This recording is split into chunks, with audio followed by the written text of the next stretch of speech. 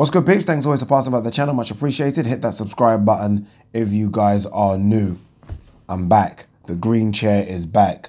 I've missed this fucking green chair. I've missed doing this. I have, not joking.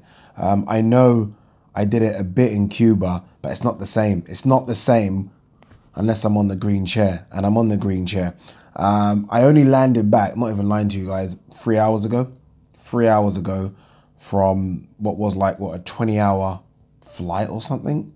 I went from Cuba to Spain, chilled a bit, Spain to London, fucking Heathrow to home, and now we're here. I am a bit tired, but I had to get a video in. So much, you know what, I can't lie. As much as I loved Cuba, fucking great place. I don't know if you guys have been there, great place. We'll talk about all that stuff later on, gyms, etc., etc. As much as I loved it, I missed not doing the videos because so much happened in the world of boxing. So much. I know I tried to do, I don't know how many videos I did when I was out there, 5 or 6, something like that. It's not the same. It's not the same. I should have done more. But the idea was, even though I took my tripod, I didn't really want to do any videos. It was just a break just from everything. A break from everything. Recharge the batteries and come again. Sounds wrong, but you know what I meant. But anyway, let's talk about Josh Taylor progress before we waffle on. October 26th. Yep, you know what I'm doing. I'm pointing over there because the O2 Arena is just over there.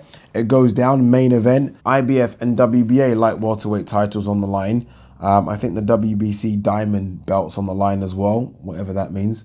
Initially, when this fight was announced in terms of how the draw was looking, I did kind of say if they were to fight, it would be for the title of the #1 in the division. I don't know if that's the case. I don't know if I have either man above Ramirez. After that performance Ramirez put in against Hooker, I think it's touch and go. I think Ramirez is the #1 in the division. I do. I think Taylor in progress #2, 3, but I think Ramirez is #1. That was a destruction over a good Hooker.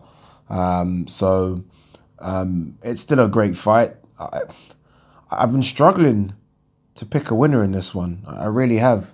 Struggling. You got Progress 24-0, I think 20 knockouts.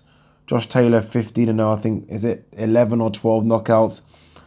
Both can box, both can punch. If you look at the knockout records, both have no damage. There are no excuses, right? It isn't a case of he's coming off that or injury. No, they're both 100% fresh, both ready.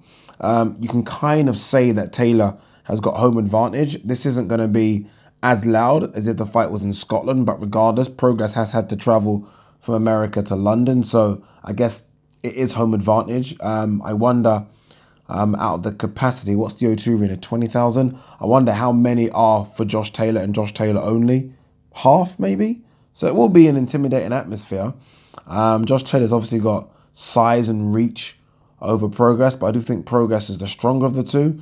I think he's the tougher of the two as well.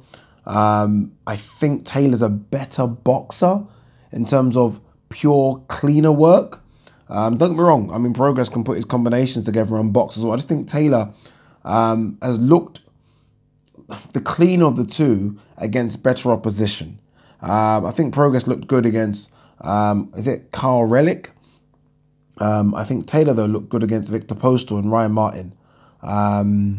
Branchik was kind of a messy fight, right? I don't think it was the best Taylor we've ever seen, but can't call it. Really can't call this fight, which is good. This is what we want, right? We want these kind of 50-50 fights for world titles. That's how it should be. If I had to put my head on the chopping block, I would favor Progress. I would. I would favor him. I just watched a couple of his clips on YouTube. I know that's nothing to go on much, just to kind of remind me of what he does. He's a clever boxer. He really is. He can get stuck in. He can fight on the front foot, obviously. He can fight on the back foot as well. I don't think that's Josh Taylor's biggest skill, fighting on the back foot. Progress can do a bit of everything. And on the night, I just wonder if he might be a bit too experienced. I remember 24 fights, 15 fights. Don't get me wrong, Josh Taylor's done well in those 15 fights. I just feel that Progress is just better. And it's close. I mean, we're talking very, very fine margins here. It's basically, I'm trying to say Ramirez is number 1, Prograis is number 2, Taylor's number 3. It's just very fine margins. And I think, again, head on a chopping block, Prograis takes it. In saying all that, I want Josh Taylor to win. I really do. I am hearing stuff about if Taylor does win, that he might fight Lewis Ritson in a massive fight in Newcastle. Look, I don't think the fight will be particularly competitive. I think Josh Taylor will blow him away, but not a bad first defense, right? They will probably sell out. That fight could... I know they're saying St. James's Park. They're saying 52,000. I don't think so. If Prograis wins, there is a lot of talk about, obviously, Adrian Broner coming back down to 140 pounds and then Prograis fighting Adrian Broner. So Adrian Broner will get a world title shot at 140. Interesting fight, that. Broner at 140, I think, is a bit of a different beast than Broner at 147. He has a huge size advantage over a lot of 140 guys. So that's that fight. A fight that I think is going under the radar a bit, maybe because of the Chisora issue of Parker and Chisora's late change of opponent, all the World Boxing Super Series stuff. But Lawrence Okoli versus Ngube, I think that's how he pronounced his name, for the European Cruiserweight title is going to be a very good fight. Ngube can fight. He's a good fighter. Lawrence Okoli just has something about him where I don't necessarily think he's a good fighter, but he gets the job done. Always gets the job done. And now he's been under Shane McGuigan's tutelage for, what, a few months now. Hopefully, he's kind of worked on that inside game, because his inside game is atrocious. It's fucking, for an Olympian, it's embarrassing. But I think that's going to be a good fight. Conor Ben's on the card as well. I don't know who he's fighting. I mean, what are we, 3 days out? We don't know who Conor Ben's fighting. It's crazy. David Price, Chisora, I've done a video about that one already. I think Chisora will win that one. But it could be a fun fight. I think overall it's a good card. I